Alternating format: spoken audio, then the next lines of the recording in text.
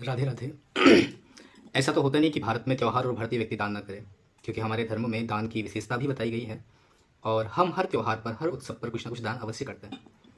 पर वर्तमान में होता क्या है कि लोग अक्सर दुकानदारों के भरोसे रह करके ही दान की सामग्री उनसे लेते हैं, या किसी को कुछ देना हो पूजा अनुष्ठान के लिए ही। अब कल जैसे कि जन्माष्टमी है, तो आप लोग फिर भी कहीं ना कहीं कुछ ना कुछ मंदिर में किसी आचार्य को, किसी ब्राह्मण को, ज़रूरतमंदों को कुछ ना कुछ वस्तुएं अवश्य देंगे। तो उन वस्तुओं में जैसे कि ये चंदन, व्यक्ति चंदन दान करता है, लेकिन इसकी लगभग उपयोगिता ना के बराबर है। अगर आप इस वस्तु को दान करते हैं तो ना तो इसको कोई लेने वाला उपयोग करता है, ना कोई और। ये बस केवल दुकानदारों के पास में आपको बेचने के लिए है, और अगर आपने इसको दान दिया तो लेने वाले को कोई इसकी आवश्यकता नहीं है।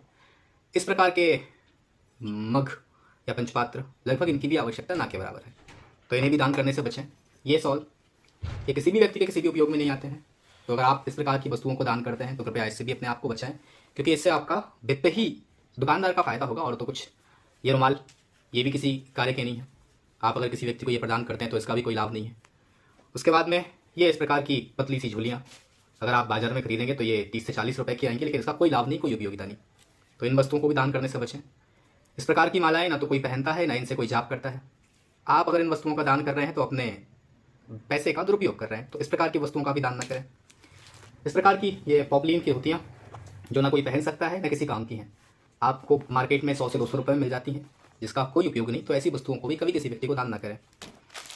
ये वस्त्र थोड़ा ठीक ठाक है पहनने के लिए, लेकिन लगभग लोग इस तरीके के पतले से वस्त्र नहीं पहना करते हैं, तो ऐसे वस्तुओं को भी दान ना ही दें तो अच्छा है।